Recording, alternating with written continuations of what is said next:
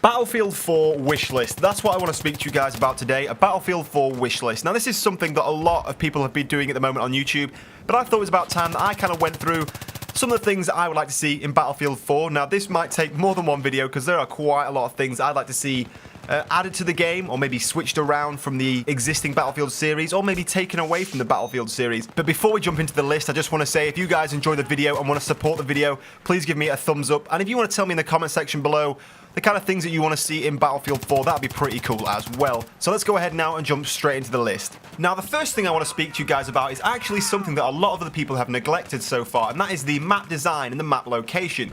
Now, Battlefield, like lots of first-person shooters, the multiplayer maps mostly derive from the campaign. They're all locations and areas that you come across in the campaign.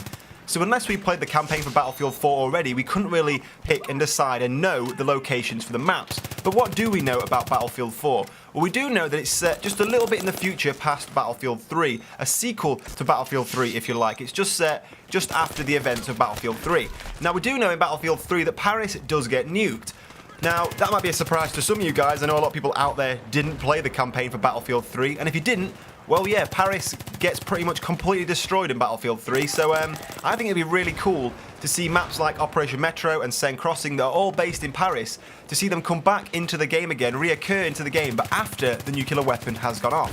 Now, obviously, when you're buying a brand new game, you don't want to see the same maps again, but this would be a very different style to the maps. It'd be a very post-apocalyptic style, and the maps would almost look completely different. But it'd be cool to be able to recognise little things here and there from things like Operation Metro and Seine Crossing. But the map design itself, the way the map plays and the routes and the directions and the choke points would all be completely different. But it'd be cool to still recognise these as the original maps from Battlefield 3. And as I've mentioned before, I would love to see things like jungle maps return like we had in Bad Company 2. But as I said, to speculate on something like that and to wish for something like that is pretty hard to do unless we know the campaign and the kind of location settings for Battlefield already. But on my wish list, jungle maps would definitely be on that list. I'd also be really keen to see things like the sniper class become a little bit more proactive again, like the way it was in Bad Company 2, maybe a bit more active with things like C4, and definitely bring back those motion balls. They were pretty cool. Make the whole class itself seem a little bit more proactive than reactive as it is in Battlefield 3.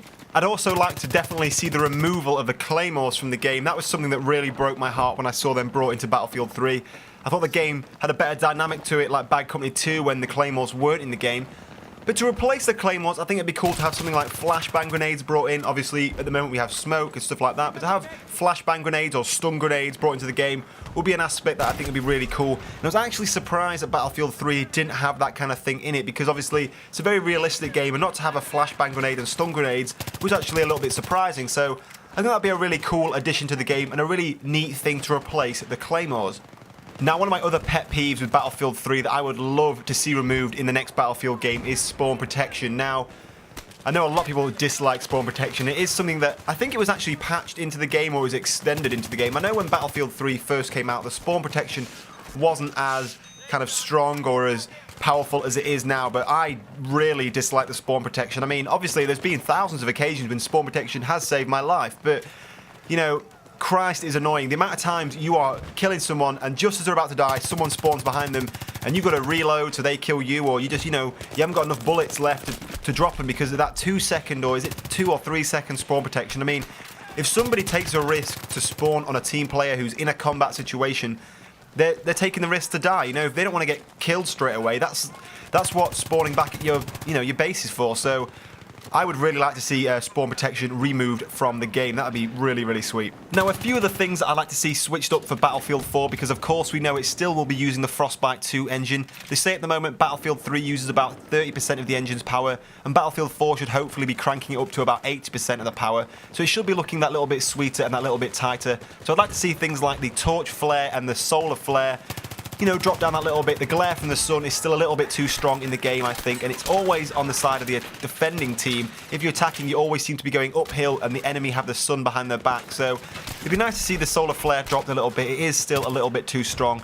And whilst we're talking about light flare, of course, the torches could do with dropping just that little bit. Now, before we move on to the final thing on the list, I just want to talk about the gameplay here for a second. As you can see, through this entire game, I was running with the M5K, and I rack up about 65 kills in this game with it, so I was running a pretty big Massacre. Now this gun gets a lot of stick from people saying it's got a very small magazine, you can't take out many targets, but as you can see from this gameplay here, you stick the extended magazine on that thing and you can drop quite a lot of people in one go. As you can see me rounding these corners here and just taking multiple people down at once. So I think it's a pretty good piece of kit, especially in these close quarters environments. It's a pretty good weapon. I like using this because it's just a little bit different, just trying something different from the usual standard try-hard guns which you see me using in other videos. So I do enjoy using this gun in the right kind of environment. Now the last thing on my list for this video is of course suppression. You all know I was going to mention suppression. Now I have no problem with suppression. I love the whole idea of suppression, the way it can work as covering fire and make the enemy put their head down. The one thing I don't like is I don't want suppression fucking with my aim. Now, if we're good enough players to be able to learn to combat suppression and still have a good true aim whilst we're being suppressed, then why not? Don't try and dumb down our abilities to learn and gain skills. Don't automatically drop our aiming capabilities and stuff. That is something that I really think needs to be taken out of the game. Keep the blur, keep all the sound effects and the shaking screens, but do not take away our aiming capabilities. Anyway guys, they're just my thoughts. In the comment section below, I want to hear from you guys. You tell me what you want to see in Battlefield 4. And as I said, if you like the video, please give me a thumbs up. It does help out a lot. But in the meantime guys, thank you for watching and I will see you soon.